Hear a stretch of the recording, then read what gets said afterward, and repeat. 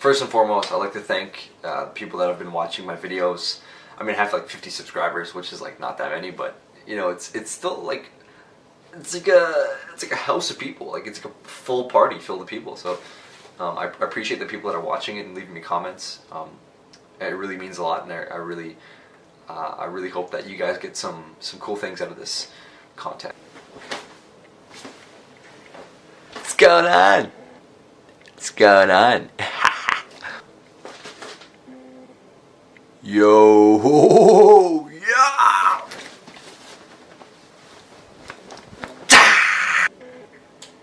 Focus, good. Alright guys, what's going on? Hey, what's going on? It's your boy Logan Paul.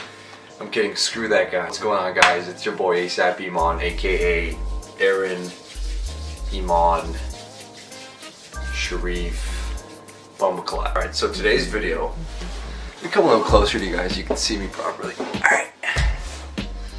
So today we're going to be talking about one of my side hustles that I like to do on a weekly basis, depending on where I'm at in my life and my schedule. It's a really good time, and it's pretty simple, and pretty much anybody can do it.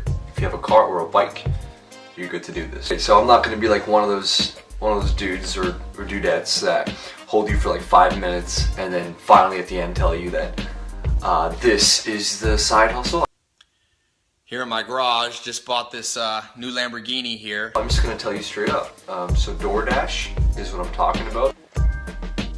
It's like a food courier service. So think of Uber Eats, but DoorDash. Honestly, I've done Uber Eats and I recommend DoorDash more for a few different reasons that I'll get into. Number one, what is it? So DoorDash is a food courier service that started in 2013, I believe, by a few Stanford students. And the idea is you order food on your phone on the app, and the DoorDash dude or dudette goes and picks up the food and brings it to you. So Uber Eats, I think, made this popular, and other courier services followed. So I began with Uber Eats. The problem with that was you weren't really making any money with that, and you don't make any tips, and people just obviously don't try to tip you because they want the cheapest service possible. The benefit with Uber Eats was that I could do it in my area in Scarborough.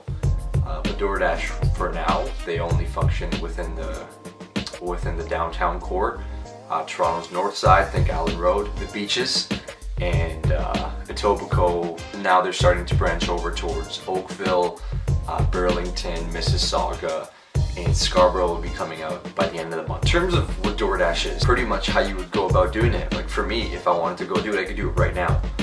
Since there's no pickups in Scarborough, I would drive towards the downtown area, turn on my app, put it on ready, and then whatever jobs I would get, I would press OK, drive to them, pick it up, drop it off to the person. So it'll tell you how many miles away the job is, so if it's too far, you could just decline it.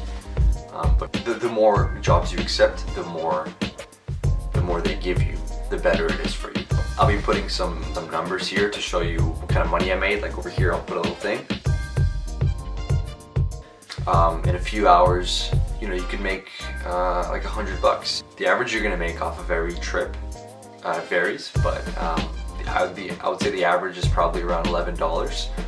And to go pick up the food and drop it off on average takes about, let's say, 25-30 minutes. So you could make like $20 an hour doing this. Obviously you got to factor in your driving expenses, so gas money.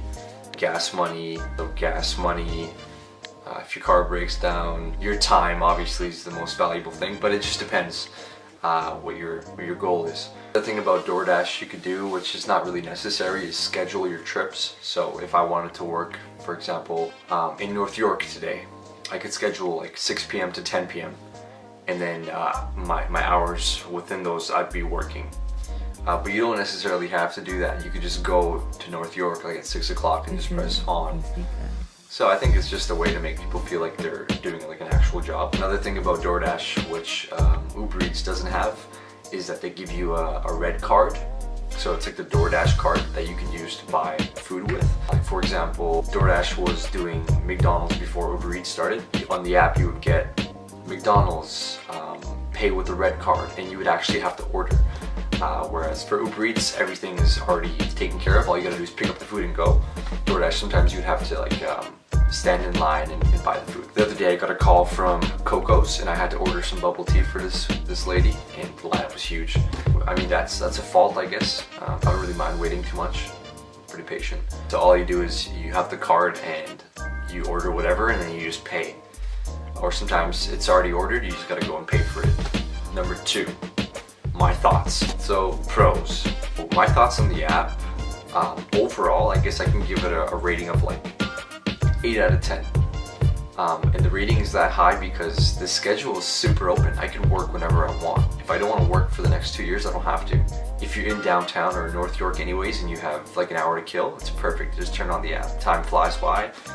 You make a good 20 bucks. I kind of think of it essentially as making my gas money. So I don't think of it as like a revenue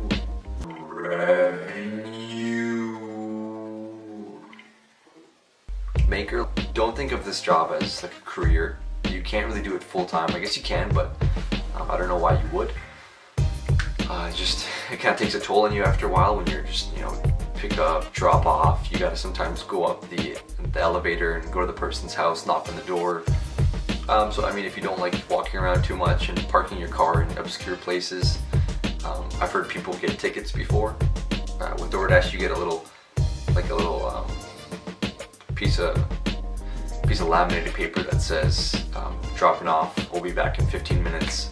A lot of parking dudes, when they look at that, they'll think, okay, this guy's just gonna be gone for a little bit and he'll be back. But I guess some of the guys that are having a bad day will give you a ticket anyways. Just put your little flashers on, you know. You gotta be kind of creative with this job. You can't just think it's gonna be an easy day. I mean, every job has its things, but one time, actually, funny story, I had to hop a fence for this dude. I mean, I didn't have to, but like he ordered Popeyes, picked up the food, and I didn't want to walk all the way around the building, so I literally like cut through an alleyway, hopped the fence, almost ripped my pants. But the guy got his food and it was warm, so you're welcome. It's also a fun job, you know, like you meet people, like obviously not for too long, but you go in like, you know, different locations around Toronto, you get to drive around. Yeah, it's kind of fun, like it makes you feel like you're doing something. The cons are, the money's not too great. So on average, if you're working a few hours, you can make like what, 80, 90, 100 bucks if you do like a 5-hour shift, 6-hour shift. So it's not bad money, but it's not necessarily good money either. So don't expect you're gonna get rich off this job. It's just a side income, side hustle. You could, you know, I mean, it's best to make income from multiple income sources. And like I said, I treat it as gas money. You can't do this full time. It's too taxing on your car, and it's just not worth it for me. Also, logistical reasons, like I talked about, you know, parking. Waiting at restaurants when the food's not ready. You'll get a call sometimes saying that you pick up and you go and you wait there for like 10-15 minutes sometimes. And sometimes people call like angry, like, where's my food? I mean, that happens with every job. You'll get people like that and blah blah blah. Okay, so number 3, how do I sign up? The sign up process was pretty easy. I mean, it took me like less than a few days or like a day. I went to the office here in Toronto. I'll put the address in the description box below. You can check it out if you want. First, you fill out a little form online. You give them the address, age, whether or not you have a clean driving record. Then they call you in for an interview. You go in and you buy the bag if you would like.